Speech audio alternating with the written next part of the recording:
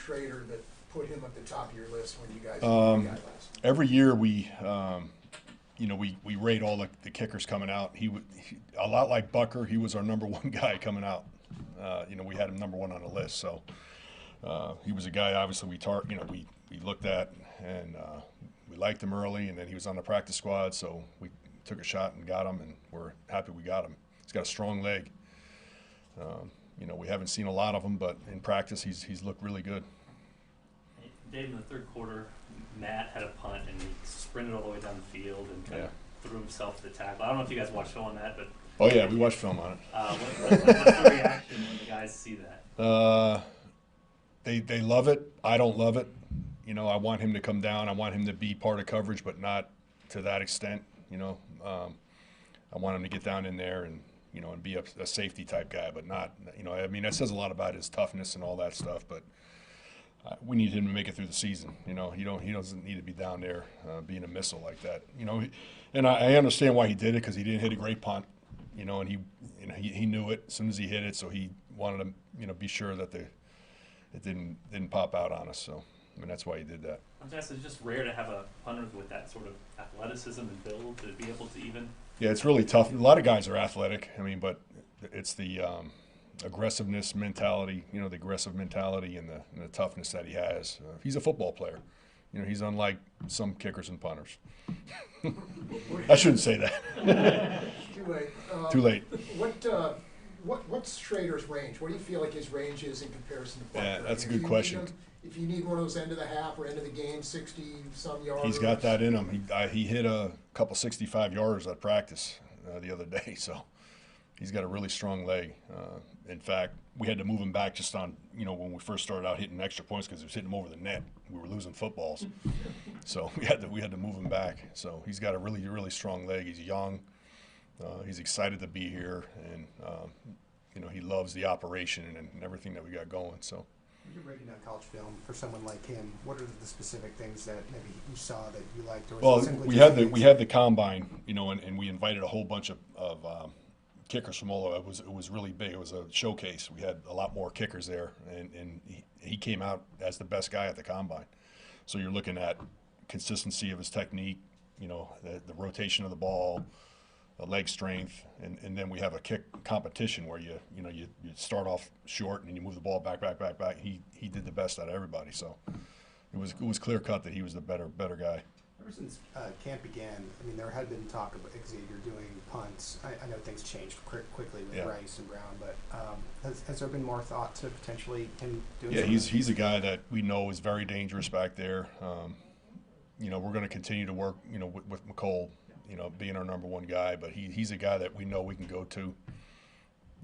There's a lot of different levels, of what we have, so and we have a lot more football left. We got, the way we look at it, we have 10 more games left, so that's a lot. You haven't had McCole back on kickoffs lately. Not as much, not as much. Why?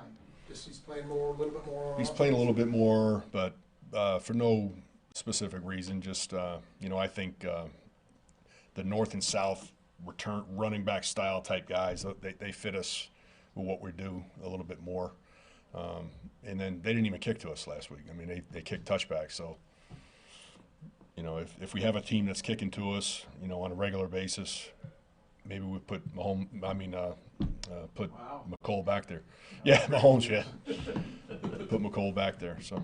What do the Panthers do? They mix it up. They're like 55% kickoff to you. So, we think they might try to kick to us. Dave, when you kind of look at the past 10 years with kickers, what has it been that it seems like somebody had better range to get to that 55, 60 plus than even the Cowboys kicker the other night? Yeah, the guys are so much. We had this conversation before. The guys are, they're powerful. The leg strength is really off the charts. So it's not unusual. The guys have to be able to kick a 50-yarder now. To be considered an NFL kicker. And then it comes down to accuracy after that, obviously, consistently, with the pressure and weather and wind and, all those things come into play. Couple more. Dave, I remember once Dick Vermeil said, hey, every yard matters. Oh, yeah. Someone was questioning whether or not you should get it. He said, every yard matters. I can show you the numbers for it. Do you agree with that, or is there? Yeah, very much so. I mean, the last 2 games, for us, winning field position that's the number one thing that we try to do. The last 2 games, we haven't won the field position battle, so that's something that, obviously we're striving to get on the right track. Well, I mean, distance on a field goal. Oh, distance on a field goal. Oh, every yard matters here. There's no question. There's a difference between 48 and 49. They're not all the same. Like every yard you got closer, the accuracy improves. A yard, it's not going to change much, but 5-yard penalty. If you had a penalty, obviously that's going to be important. You want to try to get as much yards as you can on offense to try to set up your field goal unit. At the end of the game too. So every yard does matter in that I'm respect. sure in your analytics department, you're like, hey, our guy's from here to here. He's this percentage. That all that information is there and on the table for you. And yeah, I'll give Andy. It's really simpler than that. I just tell him this is our range. This is in an in-game situation. This is where we need to get the ball. During the regular game. Then at the end of the half, we'll move it out. Obviously to try a long one. We will do that. So. We give them those ranges, but it's not, the percentages. They don't tell us, hey, we need to go for a field goal here. We don't hear that from. It's basically Andy and I on the field. Yeah. Thanks, Coach. All right. Thanks, everybody.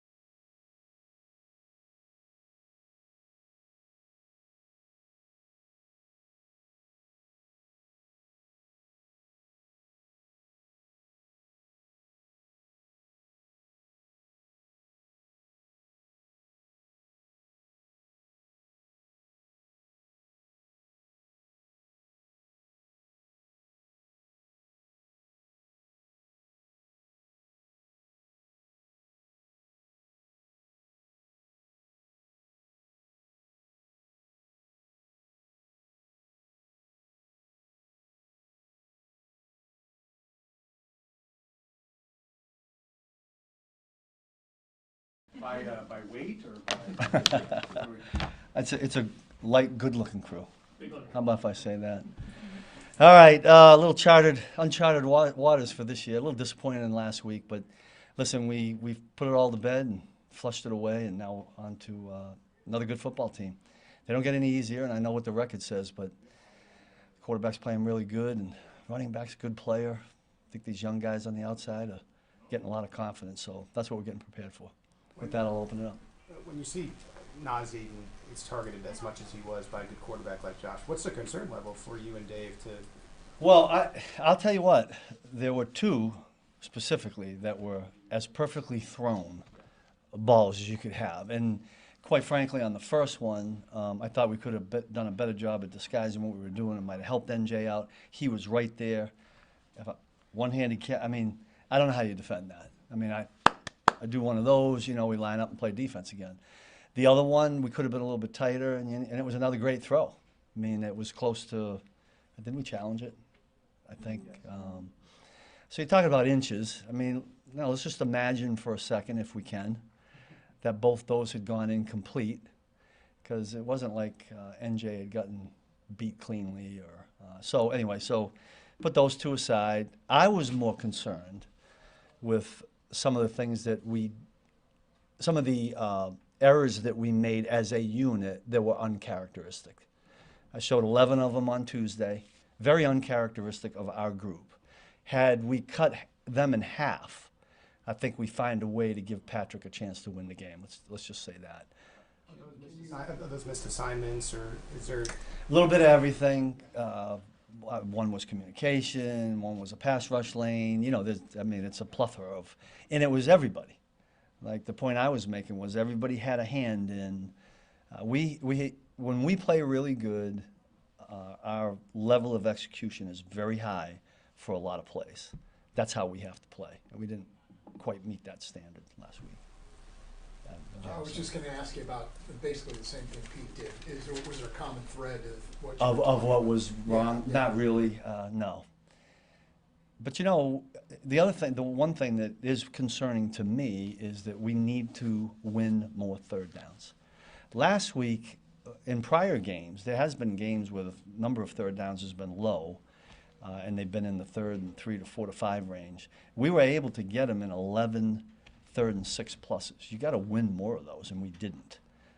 I got to look at what I'm calling.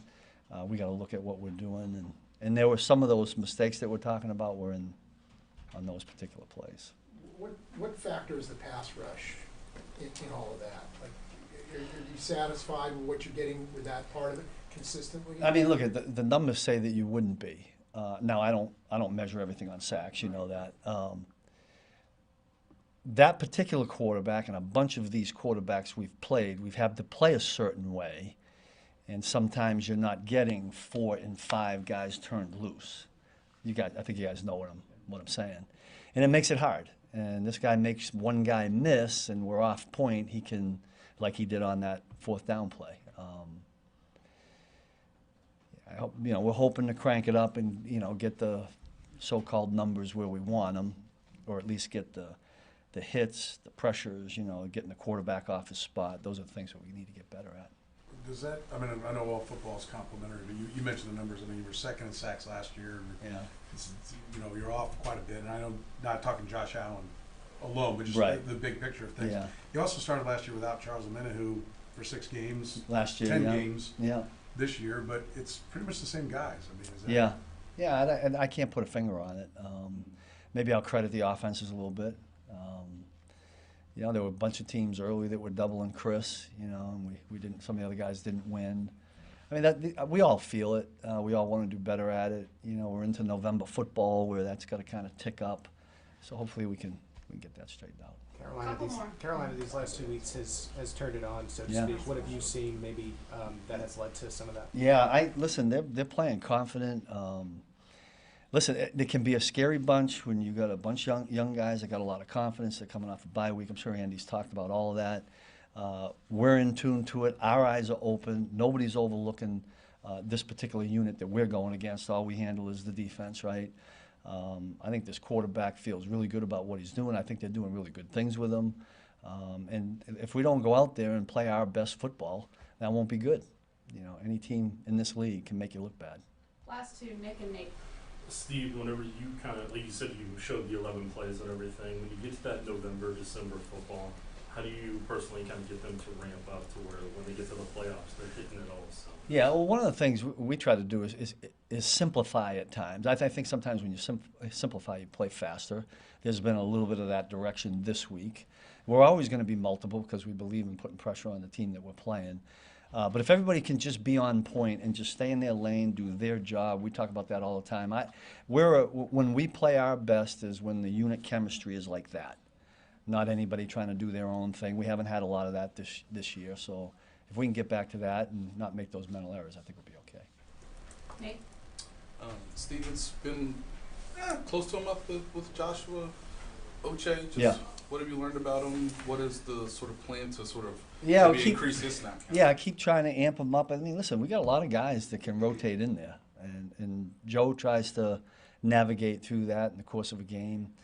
We don't like to have 72 plays. I think we had 72 plays in this game. We'd rather have 50. And now, of course, when that happens, it goes down. So, there's a lot of the guys now, especially in the D-line room, we're getting into some situational things, and we got guys earmarked for certain situations. Sometimes they come up, sometimes they don't. We have packages where sometimes we have 3 linemen and sometimes we have 4. So that kind of changes the snaps a lot. But we're going to function as a unit. It's not trying to get one person number of reps, not trying to get one person number of sacks. I mean, we play best when it's 11 guys, and that's what it'll always be. And however it works out number-wise, and one game might be one way, and another game might be a little bit different. So we'll see where we go from here.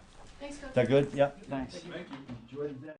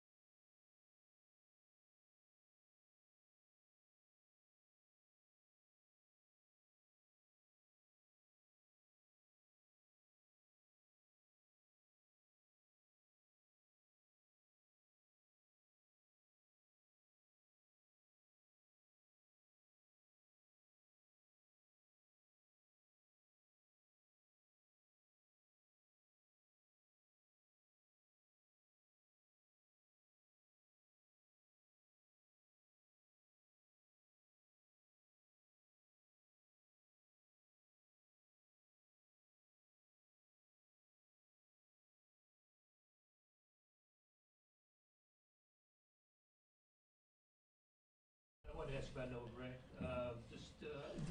The evolution of him he seems to have come a long way. He really has. He's been somebody that since I got here, I've really taken on to what he's done as far as the details, his practice habits, his in-game adjustments, his making plays when given a chance. So you see what he did last week in Buffalo. He made some nice plays, and he's Mr. Consistent. I think it's very valuable, and he's probably one of the more underrated and underappreciated guys from outside of this building when you look at what he does. He's got that high catch percentage, as you know. I think it's the highest in the league for a non-running back.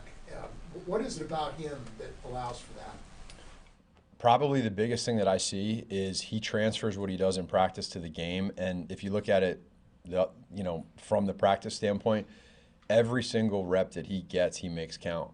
And sometimes I think what's even more special about that part of it is he may not be 1 or 2 in the progression. He might be 3 in the progression.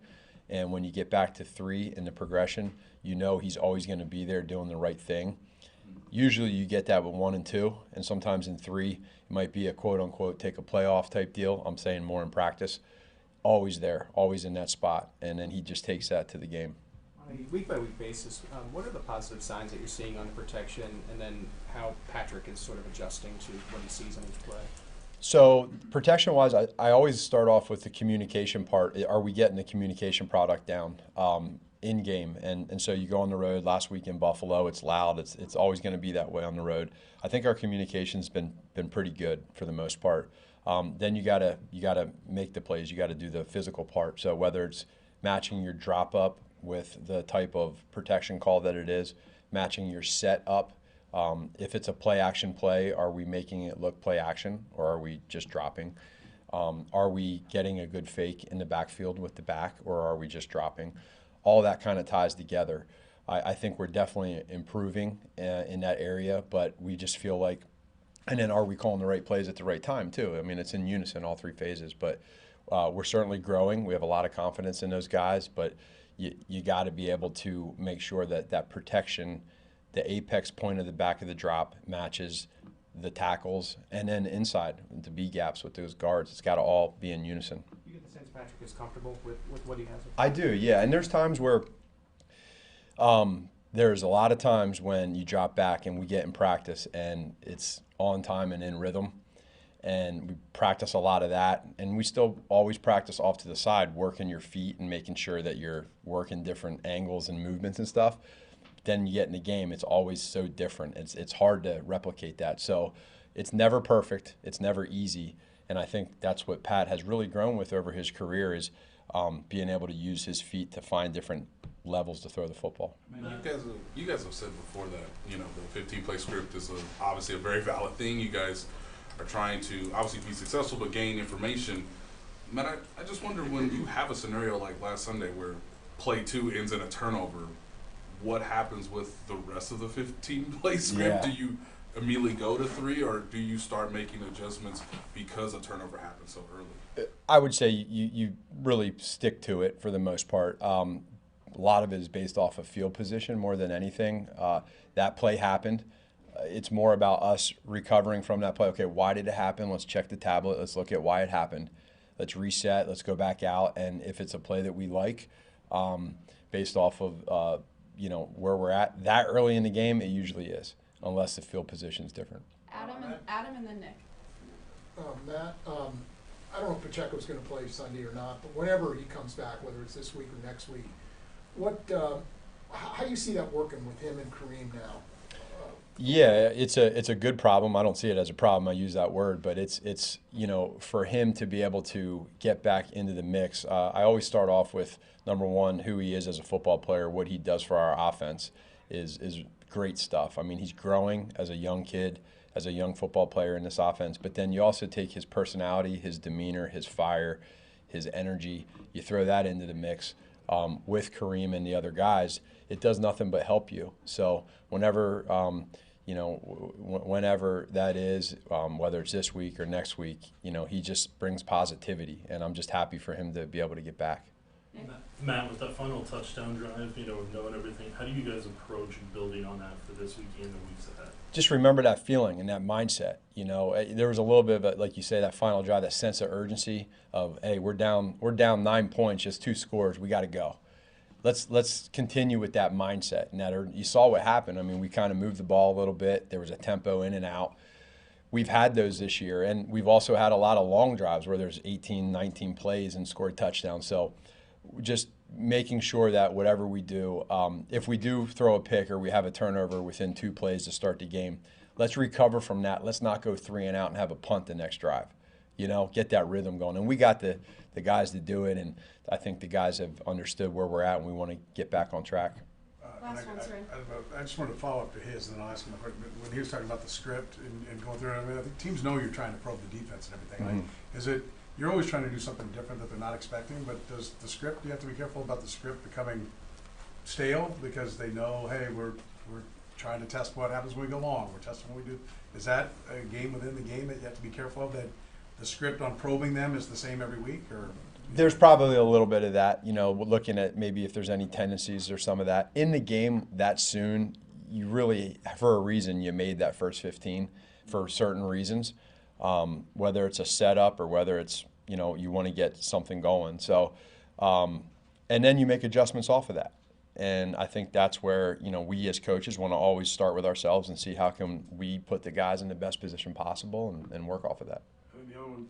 Patrick to Xavier, he's so fast, so if you're off a little, he gets further down the field. But how much of it is just getting on the same page? That Pat trusting him, that he sees. You guys seem to have a lot of option routes and everything, and that he trusts that Xavier's going to see it the same way, and maybe throws a little sooner before he comes out of the cut. Sure. No, that's real. I think for what you're saying is there's some of that's going to happen this early on with him.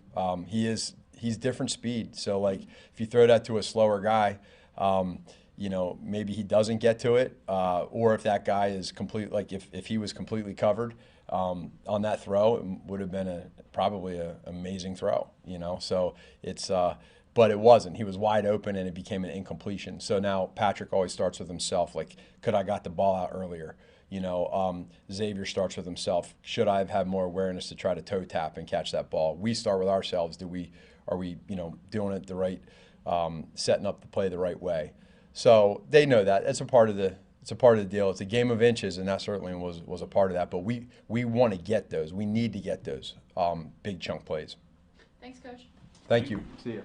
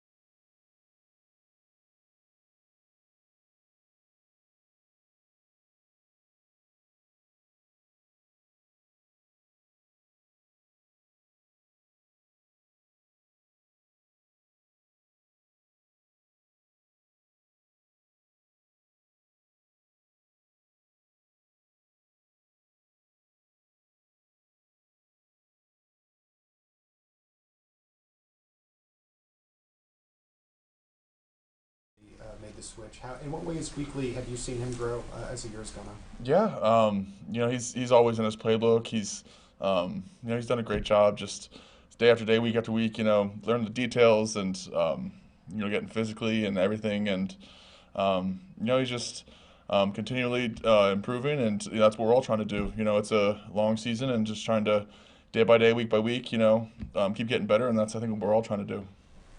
How difficult was it to communicate in Buffalo with the crowd, and I'm wondering if opponents have that kind of problem in Kansas City? Yeah, it was loud, hostile environment, so you really got to be in tune with each other, kind of know what calls you can be made, so you kind of can see what's coming, and but yeah, Arrowhead's an amazing place to play, and I think it gives us a great the fans give us great advantage, and so yeah, it's always special playing at home. last point, at that, in a setting like that, how important is nonverbal communication become with you guys? Yeah, I think, just when you play with next to guys for a while, you kind of can understand and see, what's happening on the field and what communication, verbal or nonverbal, like you said, is happening, and just, trying to execute the play that's called and to the best of our ability, yeah. You don't lose much any year, right? And you really haven't your whole career. It's been a long time, going all the way back to last year. I mean, what was it kind of a foreign feeling? What was your reaction, feeling it for the first time in a long time? Yeah, I mean, it's a really hard league. The amount of close games is, ridiculous. Every seems every week is, they're just, it's the league is just so competitive, and but it happens, and I think that's just the main thing is learning from it. Going back to the film and trying to improve and get better, and then focusing, on your next opponent. So it's part of it, and it's never fun, but just try and learn something from it, make it not totally horrible. This is something you've done before, but how comfortable in an emergency situation are you at kicking out left, and how seamlessly do you feel like you can do that? Yeah, I mean, whatever the team needs, whatever required, doesn't bother me. It's not like I'm, just, rely on past reps or training and stuff, but just, whatever's needed by the team, I'm happy to do, and just, yeah. What are the biggest differences? I mean, you played tackle before in college and everything. What are the biggest differences, tackle and guard, and what changes, whether you're going either direction? Yeah, I think, there's a lot more space, out on the edge at tackle, and the type of players you're blocking are different than the interior, so just kind of different, just got to get comfortable out there, and but it's just you're still playing offensive line, so you still got to go back to the fundamentals, but yeah. Anything else? All right. Thank you very much, guys. Thank you.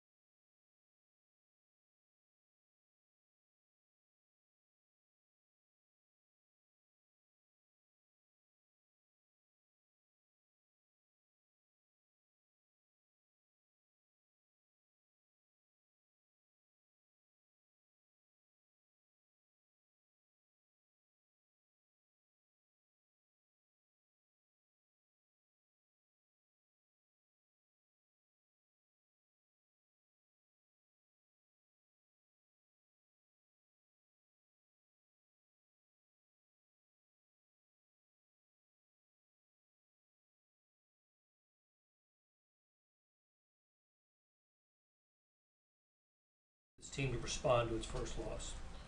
A little adversity. I think it's Bill's character. I think we got a good group of guys. Energy in the building has been great all week, uplifting.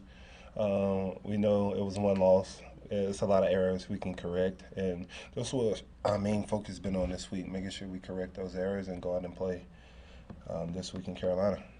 You don't lose often, right? So it's not a feeling you guys have much. It's been a long time since you did lose. Is it, but the undefeated talk that was around there, does it take a little pressure? Is it maybe a little, not welcome, I know you didn't want to lose, but is it nice to at least have all that stuff out of the way now? The focus is just about the Super Bowl? I don't think for us it was ever undefeated talk. I think it was more so getting better every week. And last week we played a really good football team who got the best of us last week, so it's a lot we can learn from and continue to build from it throughout the year. That's where we're going. Steve Spagnuolo just cited that he showed you guys more than 10 mistakes that you all made. As a leader of the team, how do you feel like your guys are handling and processing those? I think that was a positive. You can show us where a game in 10 plays where we could have changed, maybe the outcome could have been different. And, be critical of your own errors. I don't think we played our best game last game, and a lot of us could have played better, offensive, defensive-wise, and we're going to get better from it. That's a lot we can learn from. What do you think when you're just pressuring with 4 no blitz, what do you think are some of the keys to at least getting the quarterback off kilter for you guys as a unit? We got to get him down. Had him, I'm there 2 times. Didn't wrap him up, didn't get him down. It's my mistake. There's a lot I can learn from that. But most importantly, when we're there, we got to get him down. Last one, anyone? You put your finger on why, last year you guys were second in sacks. You just haven't been able to, is it just one of those things? I know sacks are hard to come by, pressures, and hitting the quarterback is important as well, but anything you put your finger on is pretty much the same cast. I know Charles hasn't been there, but he missed the first 6 games last year as well. Anything you put your finger on as to why you guys haven't been able to, get the quarterback on the ground? We'll get better, man. Something we can build on, something we can do collectively as a whole. But we got 7 more games in the year, right? And it's a lot of football left to be played. So we're not counting numbers right now. We'll see where we are at the end of the year. Thanks, Chris. Thanks, Chris.